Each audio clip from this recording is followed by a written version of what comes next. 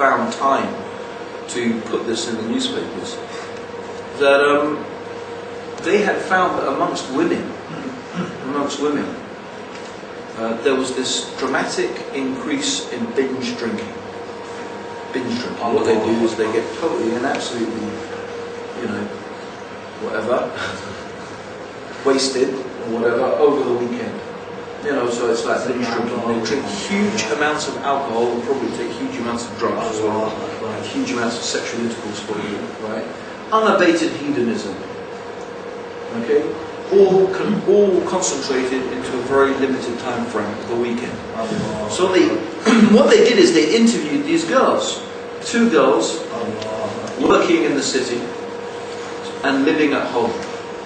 So they've got no rent to pay, they've got no bills to pay, they've got huge amounts of disposable income.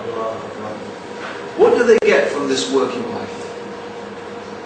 What do they get from this huge amounts of disposable income? Nothing. In fact, they're depressed. By their own admission, our life is depressing. In fact, by their own admission, they said, our life is so depressing that the only relief we get from it is by indulging ourselves in binge drinking and, as they themselves said, unabated hedonism. The pursuit of pleasure. That's what hedonism is. The pursuit of pleasure. Of physical pleasure and appetites. So when they do that, and when they get totally drunk and totally out of it, for that moment, for that few hours, they escape from their depressing life. Now, I mean, these are not people who are being bombed. These are not people who are wondering where their next meal is going to come from. These are not people whose children are dying of, you know, plutonium or radiation poisoning. No, these are people who have, in worldly terms, everything. They don't lack anything. So why are they depressed? And if they're depressed, how about everybody else? In fact, what's so great about a civilization and a society that all it seems to do to most people is make them depressed? Okay, you've got money and you're depressed. And you've got movies and you're depressed.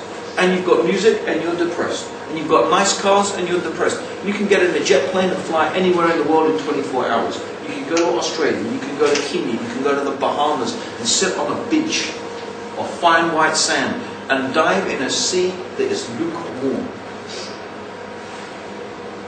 You can have sex with so many different partners, and even, you know, if you don't fancy women, you can do it with men.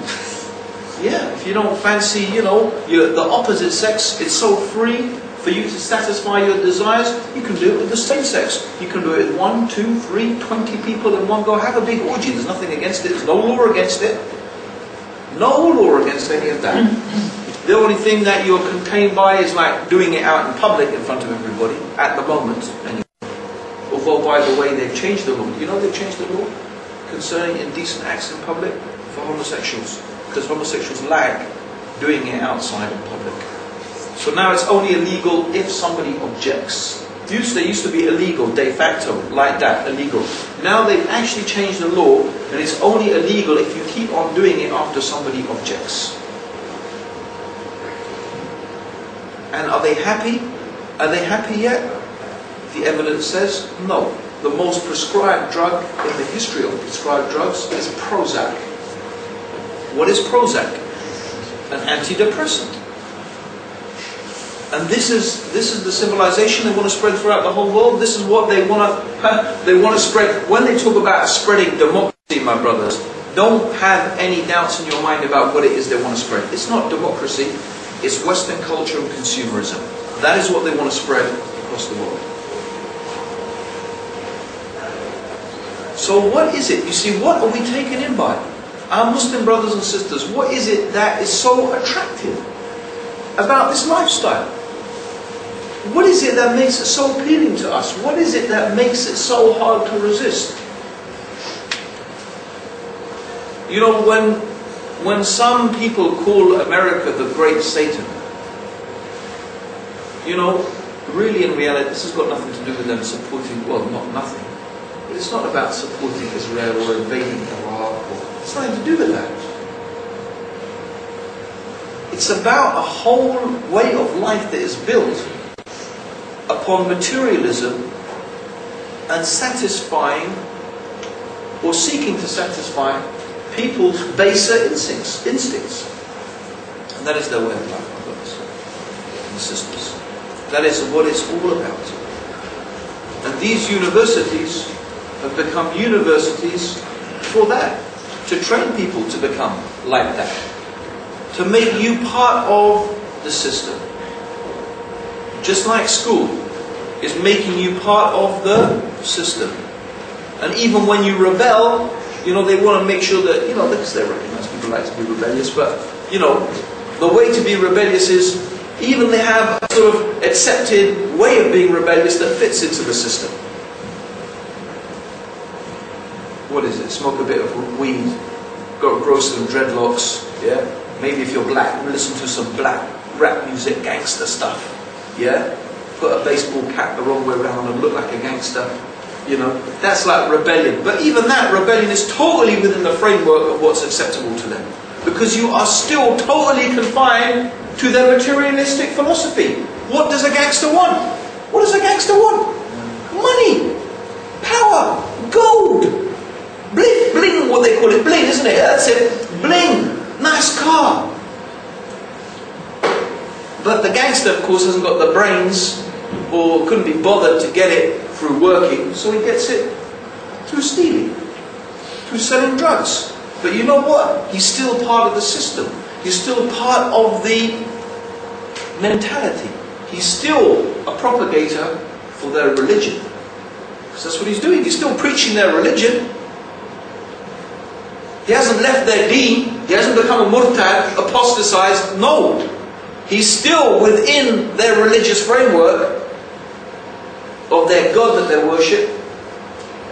Their God of consumerism, their God of money, their God of, whatever it is, materialism. And that's the way of life. So brothers, let's be quite honest. This is a deen of theirs. It is a religion.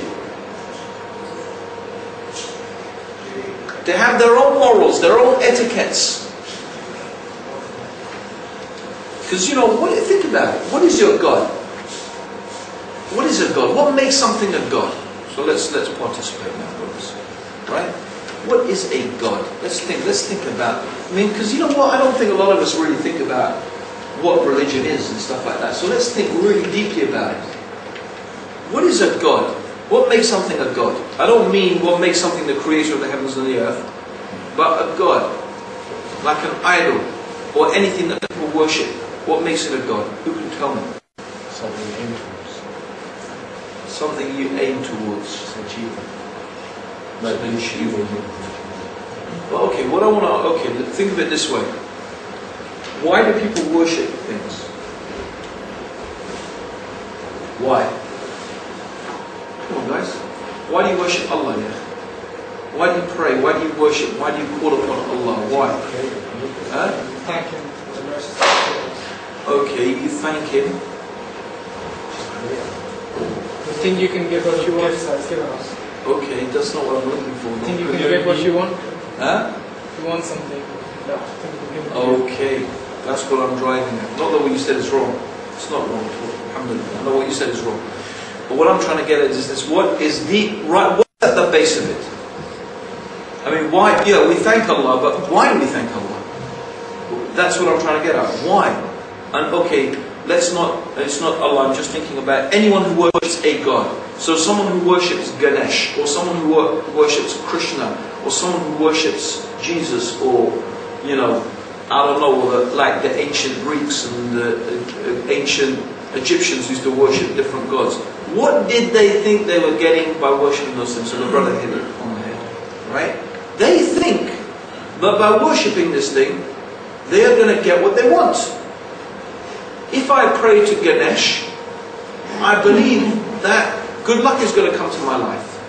Yeah?